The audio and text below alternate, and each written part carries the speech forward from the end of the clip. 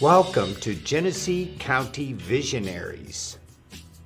This program is a joint effort of the University of Michigan-Flint School of Management, the Flint and Genesee Chamber, and the Entrepreneurs Society of U of M Flint. Our guest today is Mr. Dick Skaff. He's the CEO and owner of Skaff Furniture Carpet One. Mr. Skaff is a lifelong resident and business owner in the Flint community, and I am delighted to welcome him to our program. Thank you for having me. It's a pleasure. So, where are you located? So we're located on US 23 Expressway near Hill Road, and we have a great big 60,000 square foot warehouse looking building that serves as a warehouse and as a showroom. That's where we are today. And you have a reputation. You are one of the oldest, most successful furniture businesses in America. Tell us about how you got started. I'm sure you remember. Well, I can tell you that my grandfather, George Skaff, came here from Lebanon. He was a teenager, and he worked his way over to Flint, Michigan, and he started selling Oriental rugs in downtown Flint. And from there, we gradually got bigger, moved into selling carpet, eventually furniture. My dad and his two brothers came on board, and eventually my two brothers, myself, and my cousin joined. And recently, my son, Jeff, has joined the company.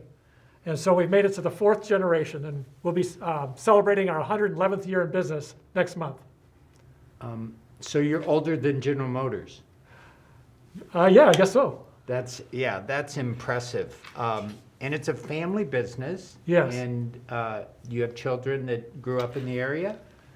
Yep, so we have 5 children, and just recently now we have 14 grandchildren.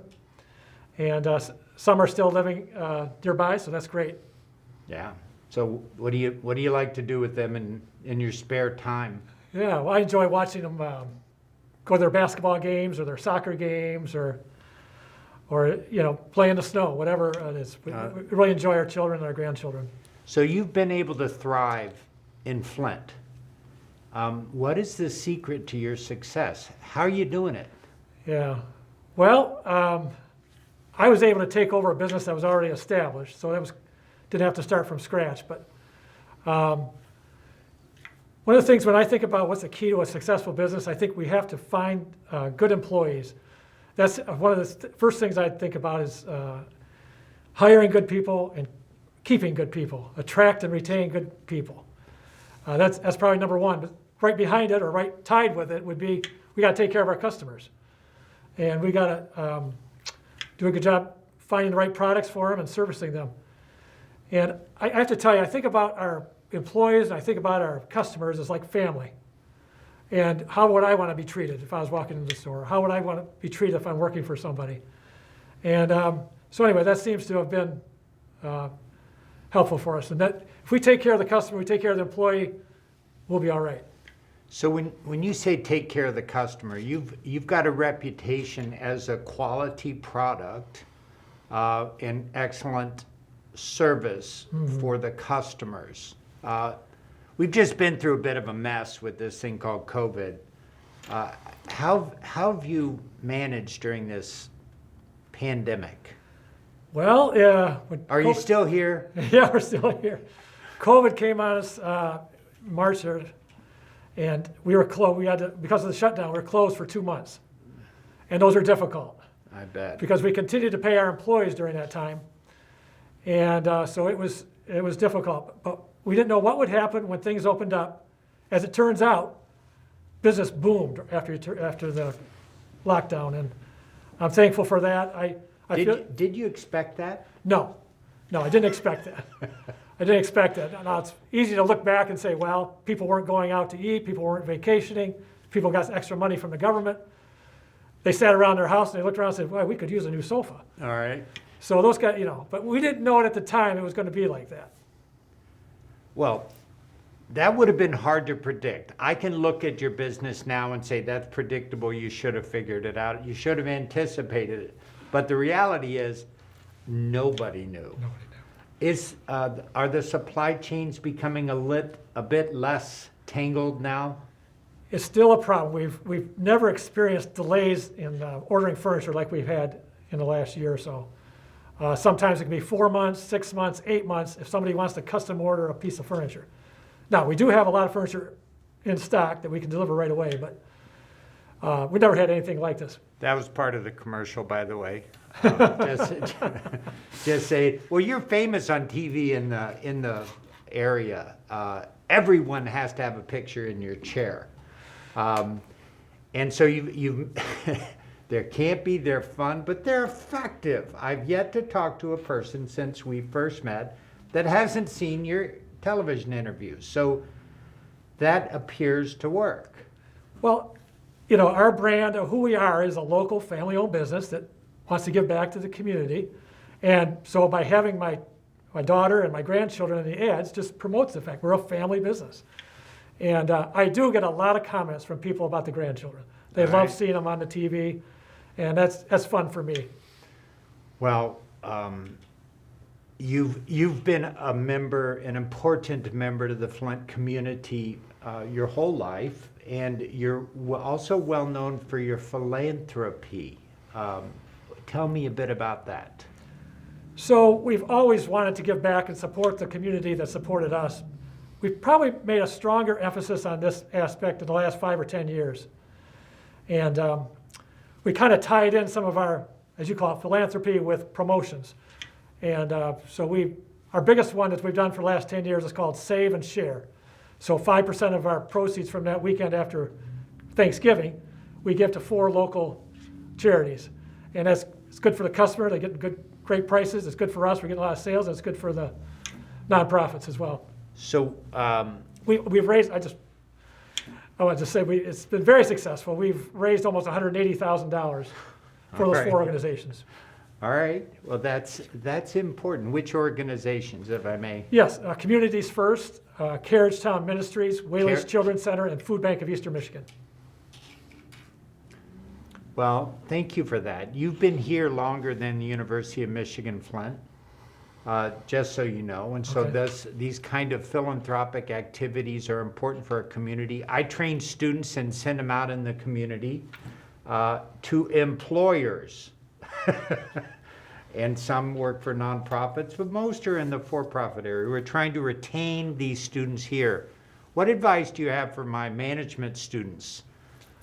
So I don't know, I kind of think about the expression, find something that you love, find something that you're passionate about, and you won't work a day the rest of your life. And so I think there's a lot to be said there. You know, work should be, you should want to be going to work every day. You should want to be excited about work. But I know that you might try something and it doesn't work. And so you try something else. Just trying to find where you fit. Well, how can the chamber help you succeed and grow in your business? Are they helpful? They're helpful. They have different luncheons and different events that businesses around the area get together for their luncheons, or they have different events where you can get together and talk with other business owners or other people, and you can network and share ideas and get to know people. And so that's one of the things that I found to be very helpful about the chamber. The university, I think we have to play a better role in encouraging those sort of community learning experiences. So how can the university help you in that regard? Yeah, well, give you good students, of course. Yes, I think it's great. It seems to me like Flint U of M gets people coming here from all over the world. Oh, we do. And of course, if you can bring them in and then they can find out that it's a great place to live and work, then they'll come and buy furniture and carpets. No, so I like the fact that they can attract people into this area. What challenges do you see for the Flint community in the future? What do you recommend for Flint? Yeah, I don't know if I have the answers for Flint, but I just want to say that growing up in Flint and being here all my life, I'm a Flint cheerleader. And my wife and I like to come downtown and eat at the restaurants or go to the Capitol Theater, or our grandkids go to FIM for lessons. And I just think there's a lot to offer here. And there's a lot of people out there outside of the Flint area that don't recognize what a great city and great area this is. And So I just, sometimes I like, if I get a chance to promote it, I want to do it. And I know people that work at the chamber that are trying to bring businesses in here, and I think they have a good story. I mean, they can talk about, well, we have an international airport here. We have, of course, Flint U of M, but we also have Kettering University and Mott Community College. We have a lot of, events at the Cultural Center, and I just think, besides that, you can buy a house here for a lot less than you buy a house in a lot of other cities. Well, one thing I tell my students is we have faculty and students from all around the world. We have 2 new faculty members, Azadeh and Ruhala. They're both from Tehran, but they've been living in Ohio for a decade and gotten their PhDs there, and they're supply chain experts. And these are Midwest folks. And they're really fun and interesting people and are deeply knowledgeable. So getting my faculty to meet local businesses is good for the faculty, it's good for the businesses, I hope. And so that kind of collaboration helps to build Flint. Yeah. So I think once people can get here, then they realize about the people here and what we have to offer here. And so I know the Chamber's trying hard to bring businesses in. And well, they're doing a great job. Will been very supportive to the university, and they love helping their businesses. So with good ideas, they will pursue whatever crazy idea you and I can come up with. So what is it? And we'll work on it next time. Great. So what are your plans for the next few years? Yeah. So one of the things we have, one of our big projects going right now is we're building another warehouse right on the other side of our parking lot where we're going to store our furniture. And so that's the big project for this year. And it'll be more convenient for our employees and for our customers to just be able to pick up the furniture right there. Right now we rent a warehouse on the other side of town. All right. How about promotions and sales? Do you have anything interesting to share with our audience? We're going to continue this idea of promoting local nonprofits at the same time. So we have Breast Cancer Awareness Month, where we dress up our big chair in pink. We're helping the YWCA with Safe House Saturday. YMCA, we just talked yesterday with the CRIM about a sponsorship with them in May where people can register for the CRIM at our store. So we're always looking out for ways where we can help, but because I think it's the right thing to do is to try to help support the community, but it's also good business. Oh, yeah. We've been able to benefit from that. I think there's some people out there that want to do business with a company that supports the community. But at the same time, we have to have the right products at the right prices and be able to give good service. But maybe that'll tip them over to our side. Well, I was impressed in looking at your offerings that you're cognizant of the demographics in the area, and your products really match the demographics nicely. Being a baby boomer, I was delighted to see that your products, some of them were specifically designed for me and very comfortable. Some of your electric recliners, I'm not typically in the market for an electric recliner until I toured your showroom. So I suppose I should tell everybody, you ought to go take a look, because there's some pretty serious fun stuff there, especially for us more mature purchasing people. It's fun. So go visit Mr. Skaff at his showroom off of Hill Road and 23. Do you have any questions of me? No. Again, I appreciate you having me on, and encourage people to come out and see us. Thank you, sir. It's been a real pleasure. Thank you. Thank you for joining us today, and we look forward to seeing you at our next presentation. Thank you.